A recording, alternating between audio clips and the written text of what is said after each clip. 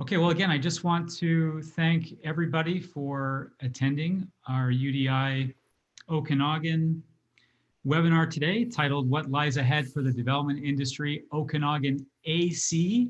That's after COVID. I think I will thank our speaker for that wonderful acronym. I haven't seen that one yet. My name is Luke Turi. I am the chair of UDI Okanagan and the executive vice president with Mission Group here in Kelowna. We're really glad to be able to have our first webinar of 2021, and I hope the new year is treating everybody well. Before we get into sort of the formal part of our presentation today, I wanted to remind everyone, like we try to do for all of our webinars, we do have a question and answer period at the end. So we'll spend a bit of time here with Andy afterwards, as I'm sure there'll be lots of questions on this topic, as there always is with his presentations. So please use the question and answer function within Zoom here, and I will facilitate the Q&A at the end. If we don't get to all of them, we will be able to facilitate some of those after as well, and I'll get to that at the end. I'd also like to take this time to acknowledge our executive sponsor for this event, which is Ferris Llp. We're always grateful for their support. Ferris is recognized for the caliber of its lawyers and unflagging commitment to client service. The firm has been in existence for over 115 years and has over 100 professionals located in Kelowna, Vancouver, and Victoria. Ferris Kelowna is comprised of 13 lawyers, 25 staff, and offers a full range of legal services from corporate, commercial law, litigation, labor and employment law, as well as family law and wealth planning. A core practice in the Kelowna office has always been real estate and land development.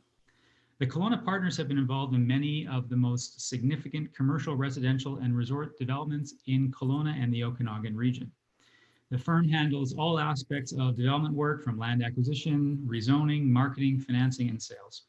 Ferris's Kelowna partners have been involved with UDI Okanagan from its inception and remain committed to supporting its vitality and lasting contributions to progressive development in the Okanagan. So please join me in thanking Ferris as our executive sponsor for today's event. And now, without any further ado, I'd like to introduce our speaker, Andrew Ramlo, with Rennie. And I'm sure many of you have been able to attend a session with Andrew before. I'm definitely very excited for this. It usually is our certainly one of our most popular events of the year, and we're very grateful to have him here today. As Vice President of Market Intelligence, Andrew Ramlo leads Rennie Group's Market Intelligence Division, providing analytical and strategic support to all aspects of their company. And for more than 2 decades, Andrew has provided strategic management advice to leading real estate developers, investors, retailers, and consumers, as well as to many of Canada's most rapidly changing municipalities, crown corporations, and public agencies. Andrew is also recently the past president of the Planning Institute of British Columbia, which I think gives him a unique perspective to the development industry as well. And as I said, this should be one of the most entertaining sessions that we have. There's a whole bunch of pressure on you here, Andy. Hopefully this supports your work as a stand-up comedian when you moonlight. So I will pass things on to you. Awesome. Thank you so much, Luke. And that was actually a perfect intro. I do have an apology to make to start out. And as I said to Luke and Jennifer early on was I am going to apologize in advance because this one I'm going to be a little less humorous and a little more technical. That's in part because of this whole sort of COVID situation. I'm just sort of getting sick of telling the jokes to myself, really is what it is. And given the notion of COVID and what's happened here in the last 12 months, I do feel the need to have a really good to convey a good understanding of the data to you guys. So Luke, or you're still there, I believe. I just want to double check that my screen share is working and that everybody can see the presentation there. Everything looks great. Awesome. Okay.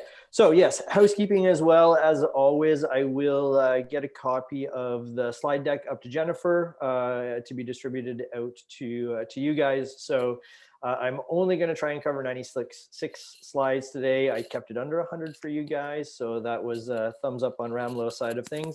But don't try and scribble the numbers down. If you're interested in them, you'll get a copy of them in your inbox afterwards. So as the title and Luke alluded to, we've sort of defined COVID in sort of three buckets, what I call BC before COVID, DC during COVID, and AC during COVID. So if I start talking in AC/DCs, it's not because of like my old sort of rock days and long hair and mullet times, but it is in this notion of a COVID scenario. So, but before I get going, I also just wanted to let everybody know that we published our most recent, our recent edition, or a spring edition, or a COVID edition of of the Rennie landscape, which is sort of a higher level roll up of a lot of economic, demographic factors and what their impacts on the real estate market are. If anybody's interested, you can jump over to the Rennie website, and there's an Intel page there, and the Rennie landscape is there. You'll also get a pop-up window, or you can go down to the bottom, and if you so care to receive any kind of data updates from us here at Rennie, you can sign up and get on our mailing list as well for any of the intel that we put out throughout the year. And one other quick housekeeping thing. I have recently, actually, I use recently in a weird kind of sense, because this was early COVID in January. I've had a bit of a title change here at Rennie. I'm going back to some of my consulting roots. After 4 years in establishing the intelligence team here, we've decided to sort of transition some of the aspects of the business into the consulting services side of things, to give the Deloittes and some of the Colliers a bit of a run for their money, given what the data systems are that we've managed to establish on the real estate and demographic and economic side. So I'm now VP of Consulting. So, whether you be a planner out there looking for consulting services in terms of economic impact assessments through to demographic analysis, or some of the developers as well, rather than just marketing condominiums and selling homes, we now have a whole range of front-end services that we can offer on the consulting side of things as well. So there you go. There's a shameless plug for the morning. So what lies ahead for the development industry, AC or after COVID? So in order to sort of put some scope around this, what I'm going to cover initially is what we call the Great Suppression. This is how COVID has impacted us in a relatively high level sense, and the devil is always in the details as well. But nonetheless, I'll give you a little bit of a rundown on what we're calling our Great Suppression, your current market position with regard to what your MLS market has done. Blowing my mind up there. And then our new outlook, and this is on the population, the demography side, and what I see some of the implications for Kelowna and the Central Okanagan region are as well. So what the heck do I mean by the Great Suppression? Well, here's what total employment change looked like on a monthly basis for Canada as a whole. And ironically, the economists and like armchair economists like myself, we actually don't even consider the monthly change from the labor force survey just because of its variance. So typically what we would look at would be the 3-month moving average through that. And most economists quote that, and you get big variance up and down, and everybody steps back and say, well, let's wait till next month so that we can see, how it pans out, just to get some of that variance out of it. But if COVID has done one thing, it certainly has turned our attention more to the data. We've heard every provincial health officer, most premiers, the prime minister saying, our decisions are going to be literally guided by the data. So in all people's minds, the data have become much, much more important. And as a result, we've gone from looking at things like on an annual and a quarterly basis. We're now looking at things on a monthly basis. And with respect to the MLS market, we're looking at it on a daily basis as well. So it really has fast forwarded some of these notions of data. And nonetheless, what it's also made us do is actually rescale all of our charts. And while that sounds really, really funny, it's a royal pain in the bum. Here's what it looks like. So that's what this annual chart looked like before COVID. Here's what it looks like post-COVID. And you can see that 124,800 decline. That was 08-09 and the Great Recession, or recession at that point as a result of the global financial crisis. Here's the reason why we've had to rescale our charts. So through March and April, nationally, we lost about 3 million jobs. Now, The months that followed that, we gained all the way through. The most recent December month, we did lose a little bit nationally, about 62,000 jobs between November and December.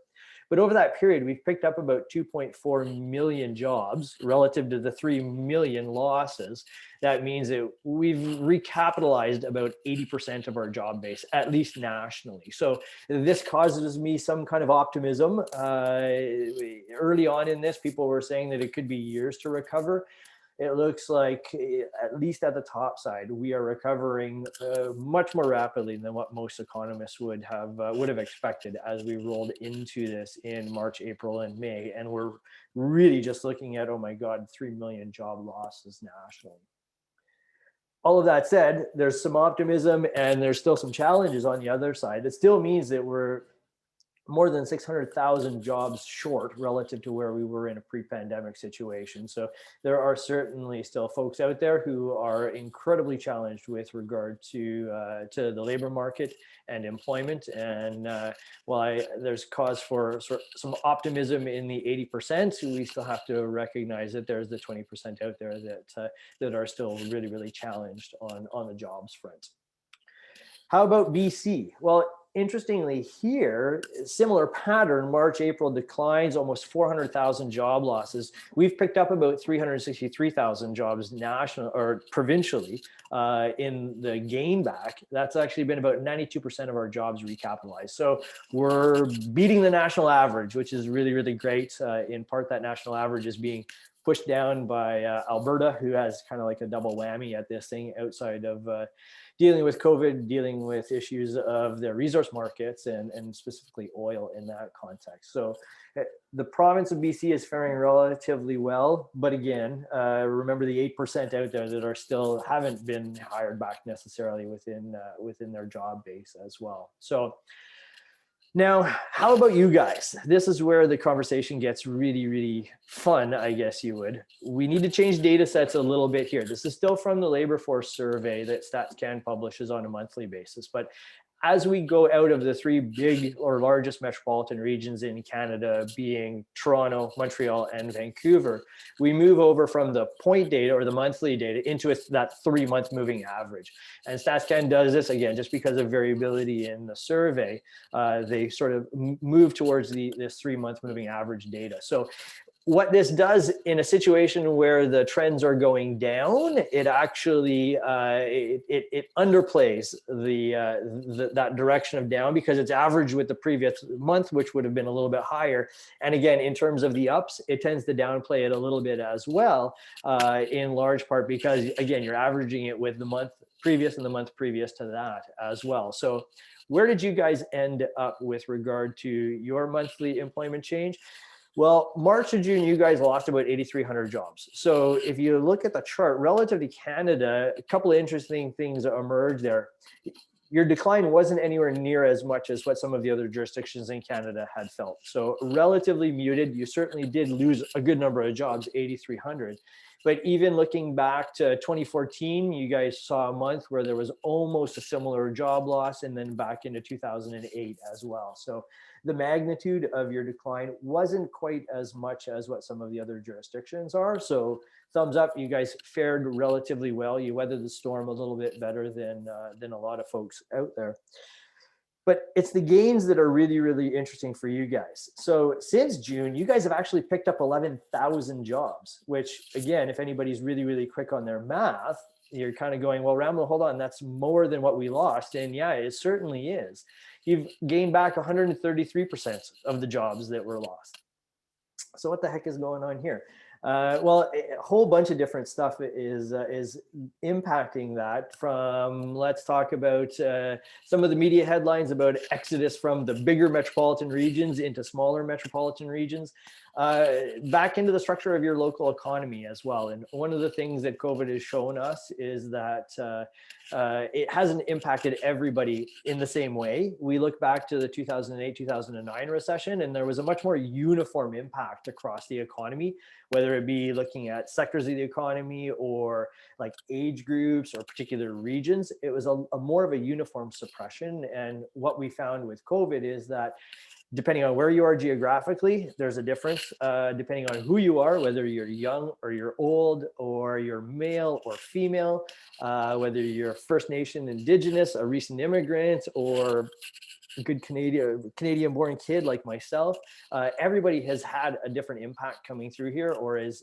facing much different circumstances as well. So this is absolutely fascinating. You guys have, again, fared really, really, really well on the job side in terms of coming through through COVID. So that's like on the great side. If we look at the unemployment rate, where you guys have ended up, there's what the national unemployment rate is, peaked at about 13% and has come back down, again, relatively rapidly, down to about 8.7%. But here's what you guys look like. Right now, you guys sit at about a 4.5% unemployment rate, which was below what it was in a pre-COVID scenario at 5.9. Super low. The only other points of comparison, or the points of comparison that I should make here, are Vancouver Lower Mainland. We sit at about 7%. Victoria at about 5.8%. And you can see Victoria in that green line. They have always been lower. They have a chronically low unemployment rate over there. It's a relatively tight labor market historically, but you guys now have taken over that in terms of falling below what Victoria is, even with your unemployment rate. So yes, the 133% gain back in jobs, like thumbs up, that's awesome. However, some labor challenges are going to certainly emerge within your communities, as well, as it's a very, very tight labor market, already at relatively historical lows with regard to your unemployment rate. So good, and some challenges on that front as well. But as I said, if we look at this on an age group basis, on a gender basis, on a cultural background basis, or on a geographic basis, one of the more unifying themes in that is that a lot of those differences have been driven by the industry composition of jobs within your local economy. Or from a gender perspective, as an example, what sector of the economy you typically work in, to look at it from the other way. Here's what year-over-year change by industry looks like in terms of BC's job base. And you can see accommodation and food services was the one that saw the largest challenge through the height of COVID. They shouldered about 20% of the job losses, but they only had represented about 6% of the job base within the province of British Columbia. So again, a much differential impact with regard to accommodation and food. If we look at other services, so this is like personal services as well, 8% of the job losses, but only 5% of the base jobs within the province. So again, a differential impact. So anybody typically working in those sectors were the ones that were impacted. And who typically works within those sectors? Well, it's kind of the young folks, right? And so if we look at this on an age basis as well, it's that younger generation, that under 30 population, that has been differentially impacted by COVID and the job losses. Similar, females as well shouldered a disproportionate brunt of the job losses through COVID. If we look at it for all sectors, there's what everybody looks like in terms of sort of this picture by industry. And I'd just like to pick out a couple of interesting ones. Primary. So primary is agriculture, forestry, and fishing. So what's going on here? Supply chain breakdown. So this is, again, what is fascinating coming through this. You look at the similar story from the manufacturing sector, in that we've had to sort of repatriate a lot of activity, whether that be for food growing and distribution, and into manufacturing as well. So we've seen those two sectors fare really, really well, from manufacturing of PPE to growing stuff and manufacturing food locally as well. That's what's pushed some of the activity back in those two sectors to be back above the line in terms of where we were in a pre-COVID situation as well. Fire. What is fire? Finance, insurance, and real estate. This is a lot of you guys, a lot of the 165, I think last time I looked before I started on the call, fall within the sectors of your economy up there as well. So fared relatively well in the short term. Certainly did see a big dip through the height of COVID, but has managed to fare relatively well. And as I get into the MLS data, it's certainly evident there, both for Kelowna as well as if we look all the way across the country as well. So The construction one is a really, really interesting one, and I'm hoping that that number starts to come back up, especially as I look not to the MLS sales data section of what I'm going to present, but to the end section of what I'm going to present for you guys as well. Again, this is sort of the building sector, and it sort of stagnated a little bit there in terms of its ability to repatriate workers back. All of that being said, it's a much different situation if I look back east to Ontario and Quebec, which literally did have to shut down their construction sectors through COVID. Our dip wasn't anywhere near as big as what it was for some of the other provinces. So, I'm hopeful that that sort of comes back up over the short term, as well as it does provide the backbone of the building industry here, but then also a very significant economic implication with regard to GDP and its relation into the construction sector as well. All right. So my key insight here is that, our overall employment picture has recovered relatively quickly. And for most jurisdictions, it's recovered much more quickly than most economists were anticipating, even the Bank of Canada as well. But really what has emerged is a tale of two cities. And I can use this in a geographic context. I can use it more figuratively as well. What some of the economists are talking about is a K-shaped recovery, kind of like this. You've got one group that is certainly benefiting and doing well, and you've got another group that is not, the leg of the K. So you guys, in terms of your Kelowna situation, you guys have gained back more jobs than what you've lost, and now have one of the lowest unemployment rates in Canada. So you certainly, at least on average, are on that upside of the K, at least in terms of your ability to capture economic activity and jobs back.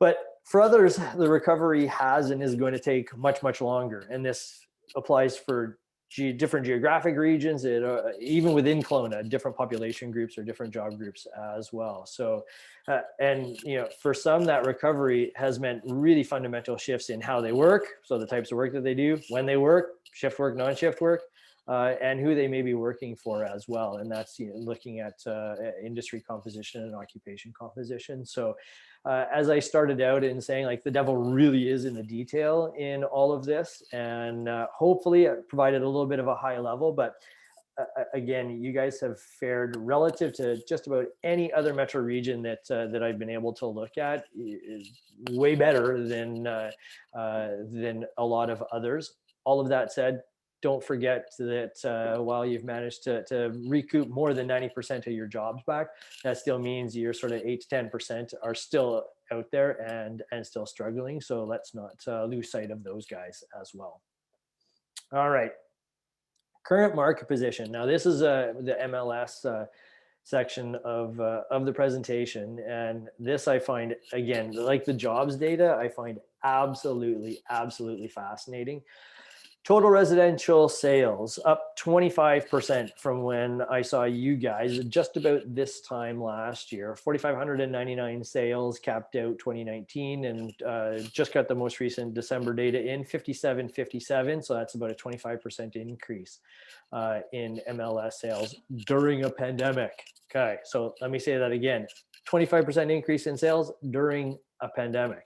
Yes, you guys weren't the only ones that saw this. Again, we look to most jurisdictions across Canada, or at least most major metro regions, and there has been a pretty significant uptick in real estate activity, in large part driven by mortgage financing rates, right? So for those who are able to, whoever would have thought, guys, honestly, if I had stepped out 2 years ago and said that, you know what, I'm going to make you guys a bet that there will be a point in the near future that one of the bigger banks is going to offer a mortgage rate for under 1%, you would have slapped me out of the room and said, Ramlo, you're off your rocker. And, HSBC did offer that. They pointed that up last month or the month before. So again, a unprecedented time with regard to lending rates, which in part has stimulated a pretty significant amount of activity in residential real estate, as well as just borrowing in general all the way across the country. So relative to the peak that we saw back in 2016, it's still well below that, well below the 6682. So if we look at like a 10-year average, you're still 22% above what your 10-year average would be in terms of sales. Now that average should, or the number should sort of claw its way up slowly over time, just as your region gets bigger and we would expect more sales. But nonetheless, 22% above your long-run average, that's a pretty significant increase for that 1 year on the 25%. There's a different way of looking at this as well, and that is to adjust for that population base that I was alluding to, that as your population gets bigger, you would expect more activity. If we divide that activity out by the base population, we can population standardize it or develop a per capita ratio or a per capita rate of where we think sales would be, should be on a monthly basis. And this is what it looks like for 2018 and 2019. So you can see on average, that averages out to about 2.56 sales per 1,000 residents in the Central Okanagan region over that whole of the period. And you can see a couple of interesting features, and you can see the seasonality. January, February, the per cap rates are relatively low. People are, doing other things. They're skiing and having a lot of fun. And it certainly picks up through that spring market, maintains through summer, and then starts to drop off in August when most people are out on the lake having fun, and then declines right in through December when we sort of start that pattern again. And this becomes even more interesting if I overlay these two things on top of one another to illustrate what the impacts of COVID have been. And we can see early on in the year, January, February, March, we started out and it was a relatively normal, or what I would have expected sort of the market to emerge in terms of what sales were up in your part of the region. A little bit above average, not all that much different.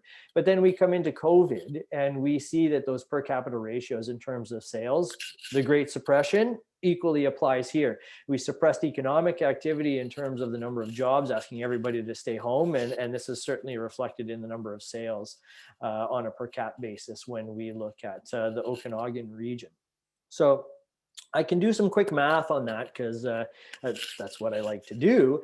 And if we were to have achieved what last year's per capita ratios were, rather than the per capita ratios or the sales ratios be suppressed as a result of COVID, we probably would have seen between 475 and 500 more sales during that period than what we actually did. So this is like essentially we were short about 475 to 500 sales in the region up there as a result of COVID.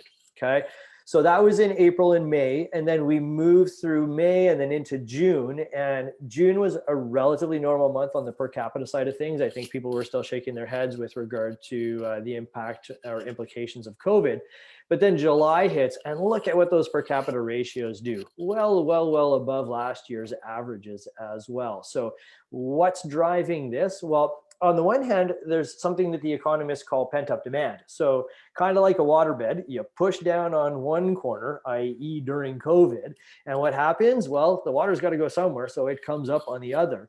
And so this is an economist notion of what they call pent-up demand. So there was some pent-up demand that was created during that April-May period as a result of us all being locked at home. And that was certainly being in part released in the June, July, August, September data. So all of that being said, if I do that same math that I used to say that they were about 475 sales short on that post or the June to December period, and if I move the per capita ratios back down to where I should be, you guys are actually about 1,460 sales above where you should be, which means if I do the math between those two, you guys have realized about 1,000 sales up there that actually would not necessarily have happened. So what's going on here? Well, this is where an economist would say what's probably happening is we're pulling some of future demand into the present. So we call this the untiming of demand. And so people are being induced into the market who may have purchased next year or the year after. They're just thinking that it's a really great time to buy right now, and they're getting into the market. What's driving that? Again, in large part, it's mortgage financing rates as well, being at incredibly historic lows.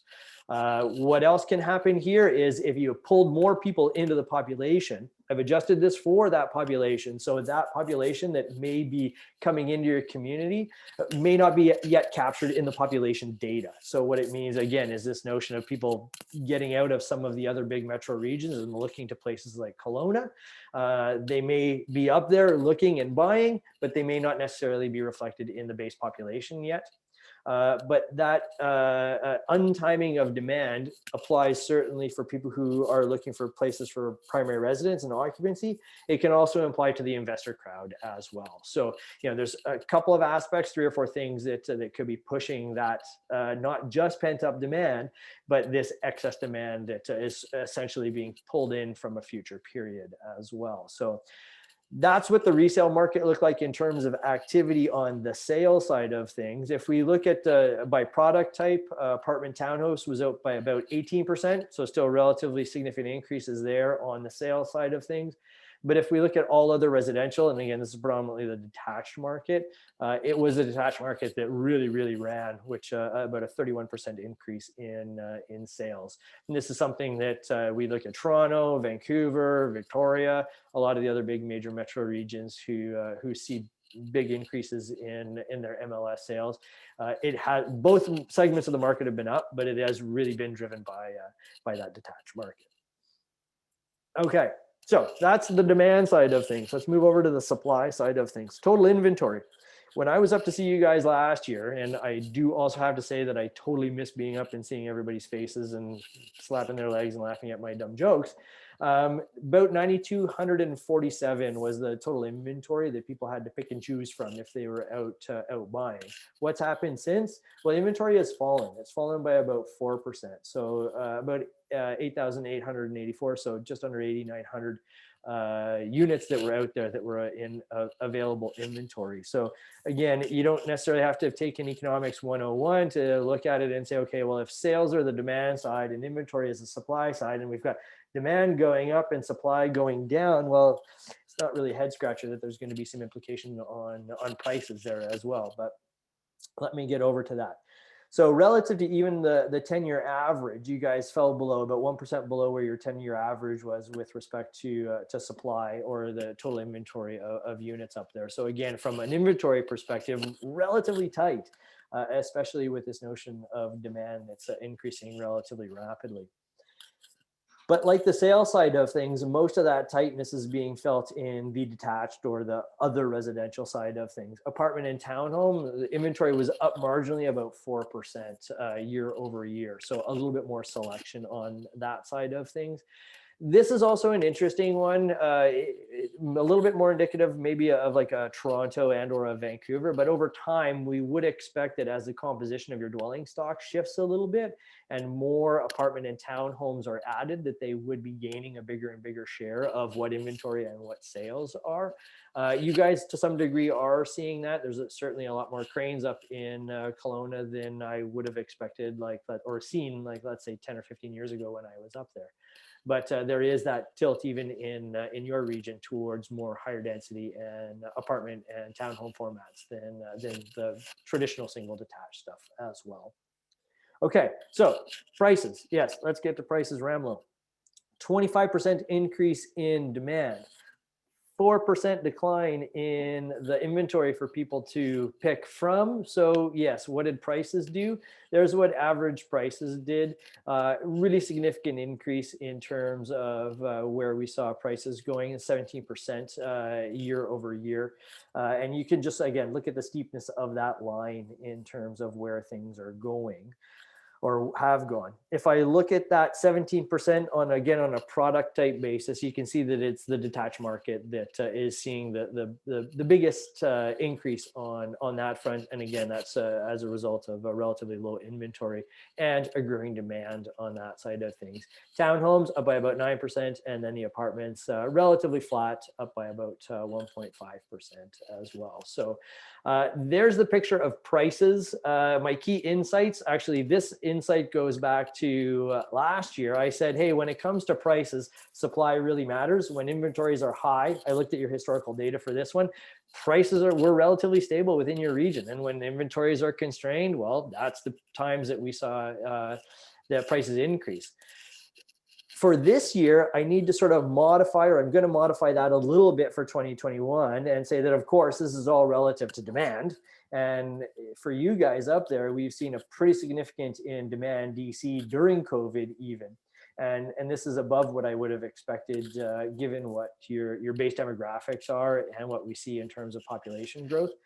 Just as a point of comparison as well, if I look at that per capita situation down here for the Lower Mainland, we actually haven't in sort of the period that we've seen per capita ratios above average, we haven't gained back the sales that were suppressed yet. We're getting close, but unlike you guys where you're up on top, very similar to your employment gains, we actually haven't hit that yet, and nor has Victoria either. So again, you guys are sort of pulling some of that demand from the future into the present as well. Okay. Our new outlook. The current market position is an absolutely fascinating one. I'm sure there's going to be some questions that are going to come up with that in terms of outlook. But let me get through our outlook that's going to be national, and will boil down to Kelowna, which may answer some of those questions in terms of where you guys are going as well. So for the outlook, I'm going to step up a little bit in terms of geography. This was January 6th, just before we started hearing stuff come out about coronavirus and not even some of its implications. This was just early on in January. And RBC came out and said it's population aging and climate change that were the biggest challenges for Canada's economy through 2020.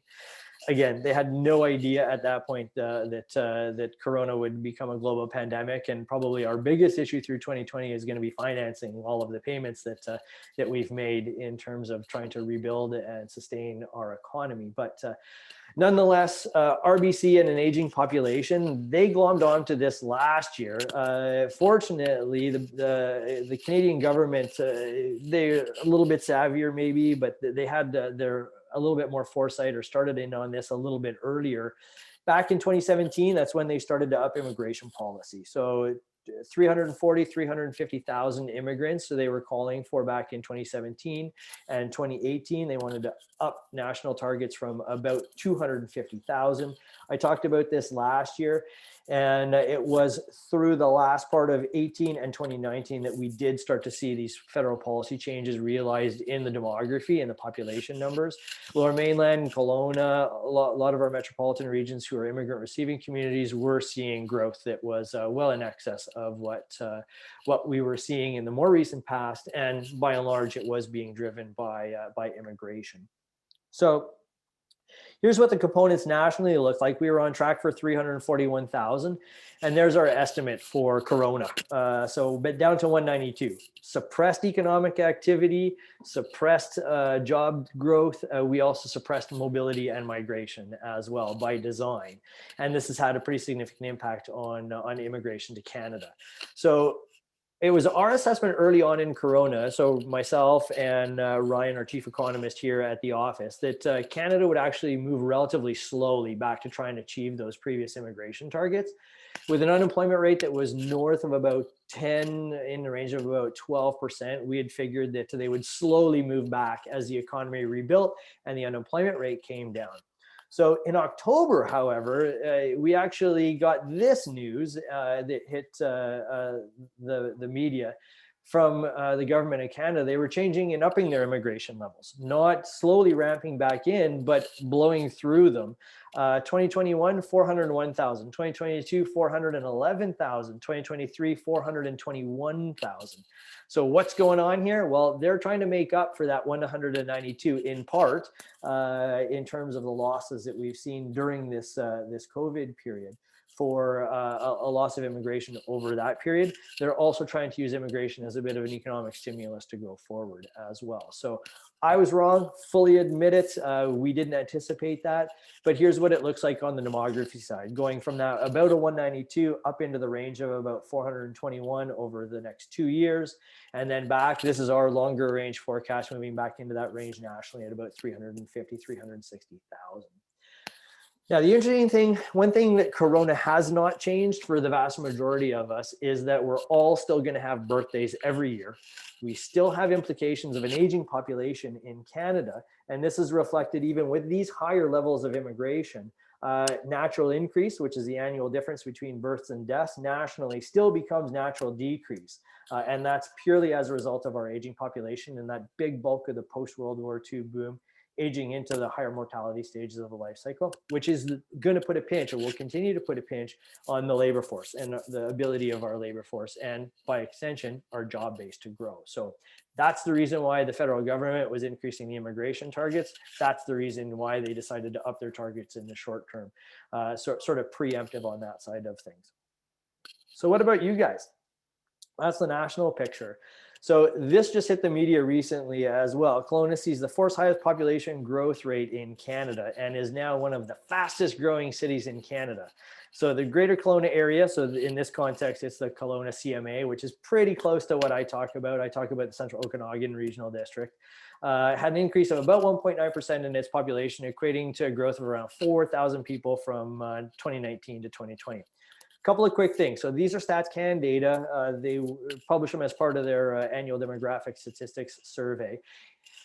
Quick note that this is a July 1st population. So what they're talking about is the population growth from July 1st, 2019, all the way through to July 1st, 2020, which is like half of a Corona period, right? So March, April, May, June, and July is the Corona period within that population growth rate. So just a technical note, this isn't a year-end population 2020 per se. That's sort of like a midpoint in terms of the population. So we still have 6 months of migration data to look to figure out where you guys are going to be towards the end of this year.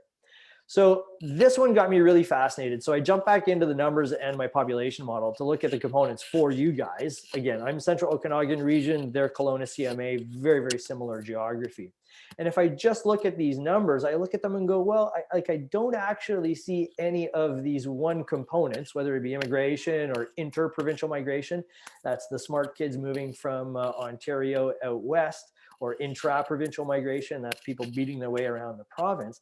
I don't see any one of those lines sort of skyrocketing it and then causing like this astronomical or this great media headline about Kelowna being the fastest growth, one of the fastest growers in Canada. So what that means from my side of things is that everybody else in Canada, all of the other metro regions, you guys may be the fourth fastest, but man, it means that everybody else is just really, really sucking out there with regard to their ability to see their populations grow. So certainly a good time for Kelowna. You guys are growing, but that 1.9% population growth rate, that's a relatively muted population growth rate. And it just means that if you guys are at the top side, that there's been a whole bunch of metro regions in throughout Canada that are growing really, really slowly as a result of Corona and suppression of the migration variables.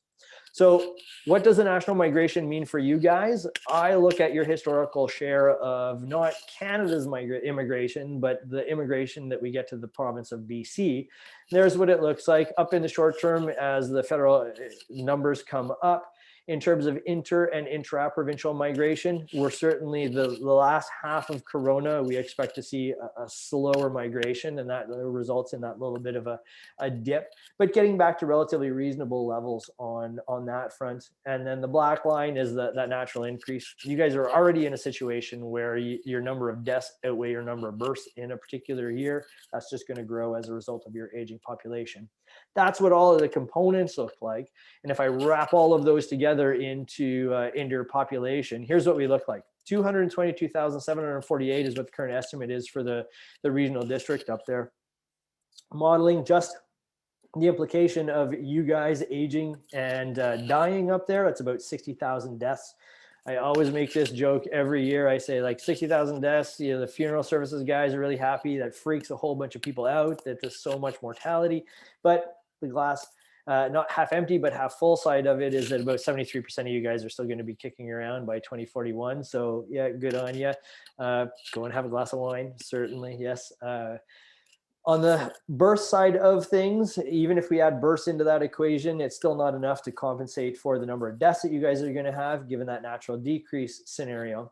And here's where we are. 305,774 is what our new forecast is with this higher immigration target. As a point of comparison, last year, this exact same chart, pre-corona, came out to 296,008. So I'm about 9,000 more people in the region by 2041. I do see this notion of a bit of an exodus from some of the larger metropolitan regions into the regions like the Kelownas or the Nanaimos and the Victorias. That's not just driven by guys like me saying, hey, you know what, like I can work virtually now, and like I can shack up in Kelowna because it's just a super cool, great place to be.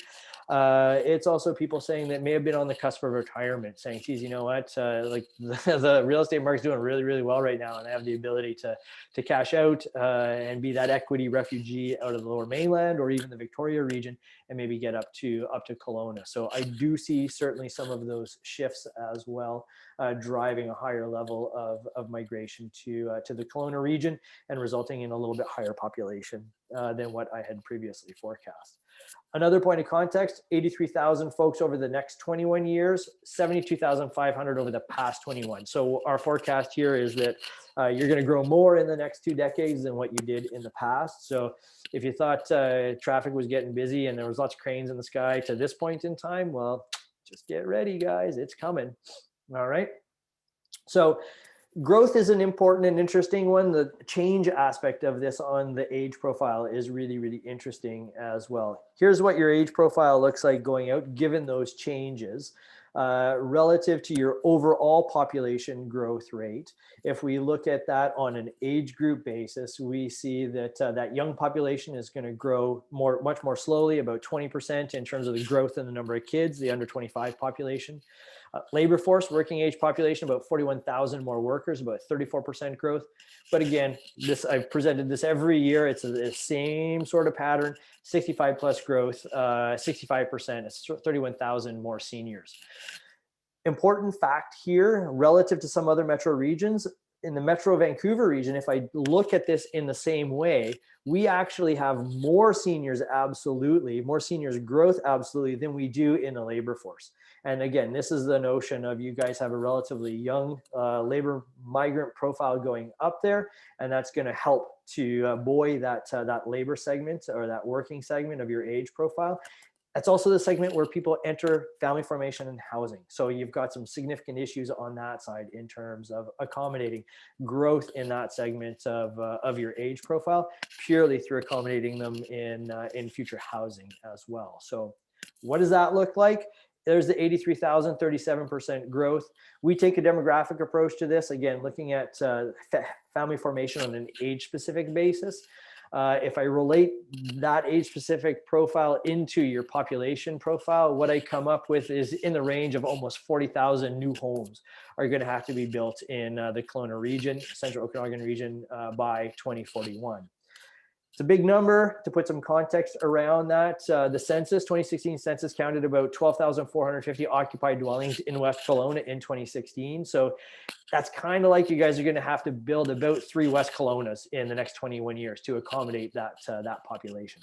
Okay, so some significant opportunities as well as some significant challenges as well. What does it look like on a product type basis? We can take the same demographic approach here and actually run through that. And what we find is that it's about 10,000 apartments, about 28,000 ground-oriented units. So ground-oriented includes row homes and all that good stuff that has an entrance. Again, if I were to step out and say I'm wrong anywhere, or I feel that I'm underweight anywhere, it would be on this split. We recently worked on a big modeling project here for Metro Vancouver as part of the Metro 2050 regional growth strategy. And we modified our models a little bit in terms of this demographic model for housing. What we were finding, and when we looked at housing starts, was housing starts were increasingly towards the apartment side of things. But the occupancy demand, so the net change, the additions were highly apartment oriented, but the stock of stuff, i.e. what the census counts when we fill out our census form, is oriented towards the ground oriented side. So there was a bit of a mismatch there. And so we modified our models a little bit to better reflect that the stock of stuff that was coming online. So if I had to say I was underweight anywhere, it would be on that apartment number for you guys. And I would probably see some of that ground-oriented demand shifted over from the ground-oriented side into the apartment going forward as well. So that's a picture in terms of where I think we're going over the longer term. How about the shorter term? Well, this is, again, like there's so many interesting things that I sort of not even stumbled across, but I just sort of dug down into as I put the presentation together for you guys. This is what I call housing supply and demand. The red line is net housing starts. The gray line is, gross housing starts is red line. The gray line is net completions. So net completions because I've netted them down for demolitions. And the gray bars there are the annual occupancy demand going back to 1996. So you can see how this is cyclical. We've certainly seen a couple of periods where stuff has boomed, specifically that 16-17 period. And if anybody out on the call there today was around 4 years ago when I was up in Kelowna to talk about, it was right at that period when we didn't even have the full year data in yet. And I stood up in front of, I think we were about 175 person crowd at that point. And I said, guys, you gotta slow down. You're building way more housing units than what demand would be. You've either got to speed population growth up or slow building down. And fortunately, in the years that followed, those housing starts certainly did come down. But we're moving into a much different situation right now. And the really neat thing about housing starts is about 99% of housing starts result in a completion. So we can step back and look at what the composition of those housing starts are, whether they're apartments or detached homes. And we don't need a crystal ball to forecast forward because the data are already there for us. So if I just advance these starts into the completions phase, depending on what kind of dwelling unit they are and a timeline for construction, that's what the pattern of housing completions looks like over the coming 2 to 3 years. Outside of that, we don't have any data. We essentially sort of run out of the starts data and our ability to look forward. So this, at least with regard to the current pattern of starts, says that, you know what, you got a kind of a challenging period coming forward in terms of keys in the door and new homes that are going to be found within the Kelowna market. One other fascinating data element I can step back to, this is residential building permits. This is from my dashboard here at the office that I use to track these things kind of on a monthly basis. This is for Kelowna. This is residential permits. And last year up to, this is data up to October.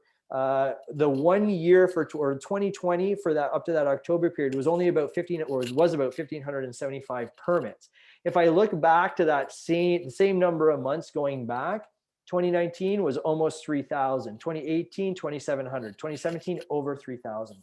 So even in terms of the building permits, which precede starts, you guys are at historic lows as well. So if building starts are indicative of what's going to come to market in, let's call it the 1 to 3 year period, the building permit side are probably indicative of what's going to come to market potentially in the 2 to 5 year period. It's looking like this line that I have forecast down for completions is certainly going to stay relatively low, to the degree that permits currently are indicative of where we might be in the next couple of years. So relatively constrained in terms of the supply side of things. And where it becomes really, really important to recognize is that if we look at the demand side of things from the population model, it says that, man, oh man, we've got a challenging situation coming here. If I stood up in front of you guys 4 years ago and said, slow down, I'm actually standing in front of you guys right now, virtually at least, saying, speed up. The developers, you guys, you got to get out there and if the population is realized, move towards trying to get more units to market. If you're on the architecture and engineering side, work with your developers. If you're on the planning and on the political side, the politicians, we've got to do what we can in order, or you've got to do what you can in order to try and facilitate supply coming online, because it looks like, at least from these two sides of it, we're coming into a relatively challenged period with regard to housing availability on that front. So this is my last key insights. You guys are certainly moving into a period of constrained supply and growing demand, unlike that 2016-17 period where certainly the supply was moving along at a relatively good clip. So this has the potential to lead to growing pressure on housing availability within the region to the degree that the demand is there, that is coming from the population and population growth and change. And if this, in a traditional economic sense, this notion of supply and demand, constrained supply, growing demand just leads to increasing prices. So, which again, affordability is a huge, huge issue within our communities already.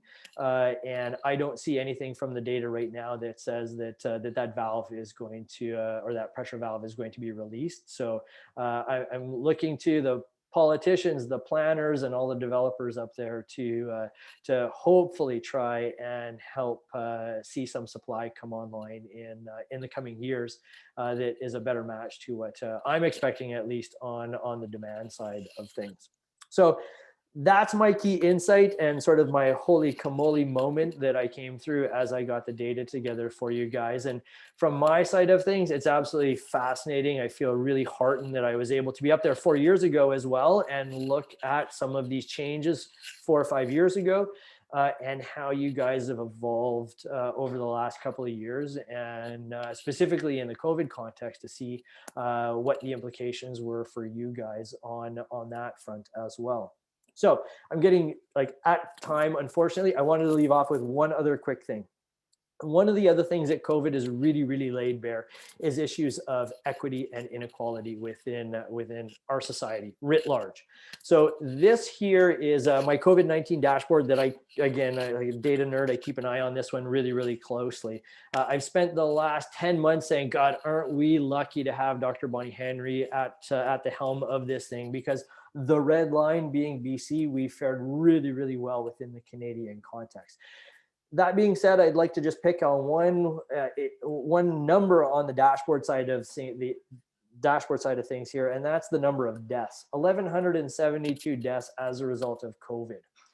Here's a different chart. This is illicit drugs toxicity deaths in British Columbia that has been in the recent period driven by the opioid crisis. So if I look at this data set, what we find is that we've seen through 2020 to November, more deaths, 1,548, than COVID deaths as a result of drug overdoses. If I look just to the month of November, I think it was 152 deaths as a result of overdoses, that equates to about 5.1 deaths a day. So issues of inequality and equity have always been around in our society. COVID has really, really stripped the blankets back on them. We tend to hear about like the George Floyds of the world and the Breonna Taylors in the US, and maybe in part because of all the media that they've got. We also have issues here in Canada as well. Our Joyce Eschquans of the world. I'm going to step out and say that this is a real personal issue, not just for me, and not just with regard to things like overdose deaths, just with regard to inequity and inequality. These are conversations that fortunately now we're having at our office here. I'm having them with my peers and my colleagues, and most importantly, I'm having them with my kids. So I would say to all you guys out there, let's start those conversations about inequality and inequity that we do see systemically within our society.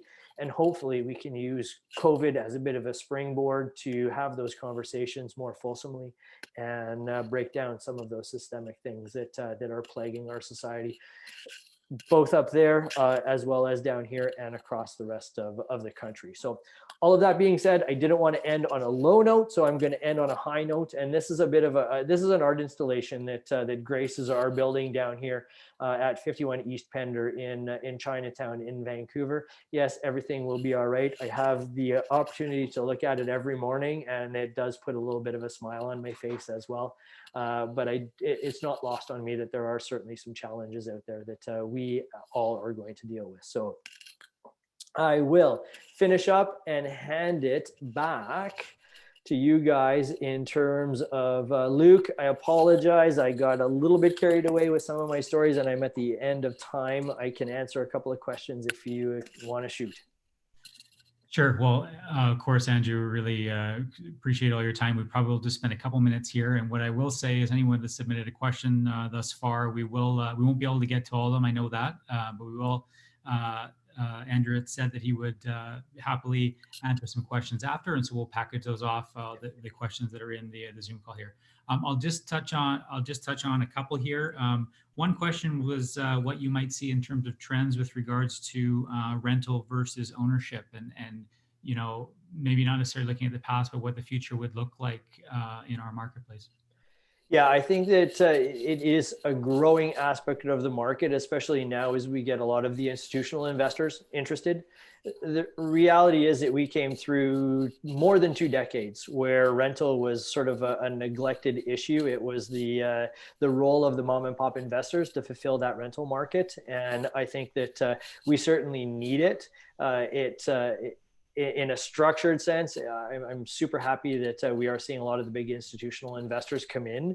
And I think that the planning department as well has a real role to play in trying to, I don't want to use the word incentivize, but at least help in some kind of way to get that purpose-built rental stock built and get it within our communities. I think the real challenge there, you guys down here in Lower Mainland, you guys as well up in Kelowna, it's the price at which it comes in at. You guys are like down here dealing with a relatively significant land price and a land cost. And we may need to look to CMHC and the federal government for some funding help on that side to make it pencil so that it's not just rental that we're building, but affordable rental that we're building and diversifying our housing stock as well. A couple of questions just kind of related to the pent-up demand, or maybe how elastic that demand is going to be. So are we going to see those sort of maybe temporary changes from COVID, whether it be the work from home changes, people coming to, say, mid-sized markets? Do you see that sticking?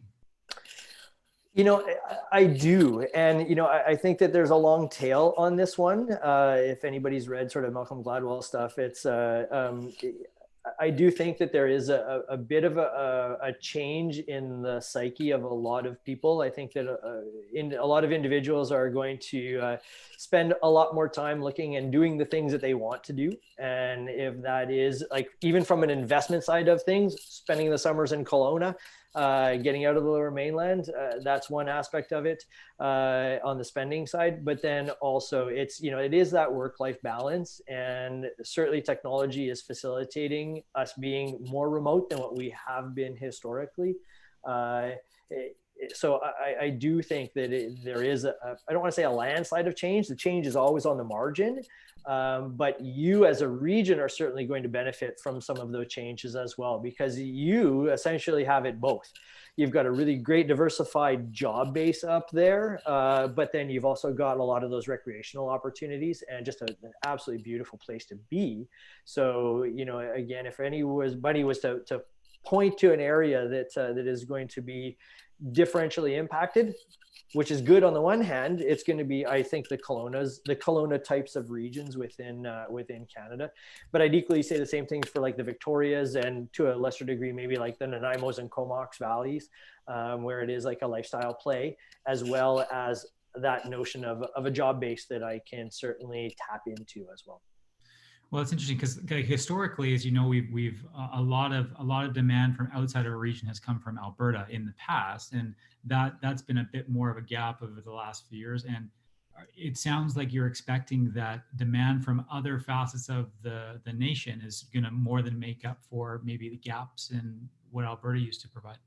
Yeah, and you know, I see the Alberta stuff a little bit more on the recreational side of things. I see what we're talking about more on the permanent or quasi-permanent resident side of things, and that, you know, again, into the young tech workers who can now be up in the Kelowna region, permanent residents, but then also things like the snowbirds as well. You look at people getting out of some of the snowier climates, and Corona just may have pushed them to say, you know what, yeah, we're going to enjoy life. We won't want to be in the winter anymore. We're going to pick somewhere like a Kelowna or a Nanaimo or a Victoria.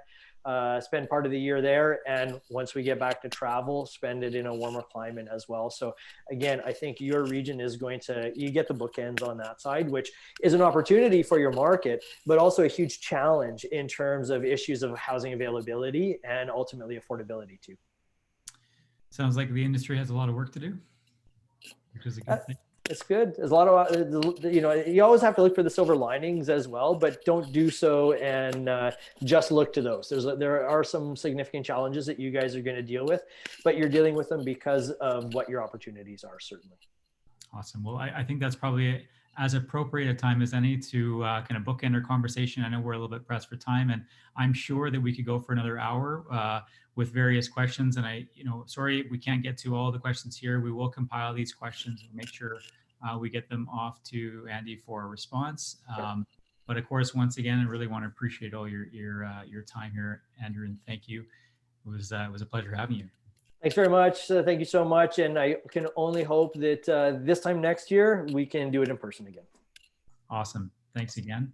Well, I want to, of course, thank everyone for attending our webinar today. I want to thank our sponsor, Ferris Llp. And I want to remind everybody that the recording of this session will be available soon on the UDI Okanagan website. If you have any suggestions for other topics, there is an email address that's now on the screen. You can email Jennifer if you have ideas that we can share within our industry and add value in some of the events that we host as an organization. As Andy had said, there's a lot of great things that we have in front of us here. I know that we have an awesome industry in the Okanagan, and we'll be working together with our municipal partners to make that supply happen. And without any further ado, I look forward to seeing everybody at our next webinar. And until then, take care. Thank you.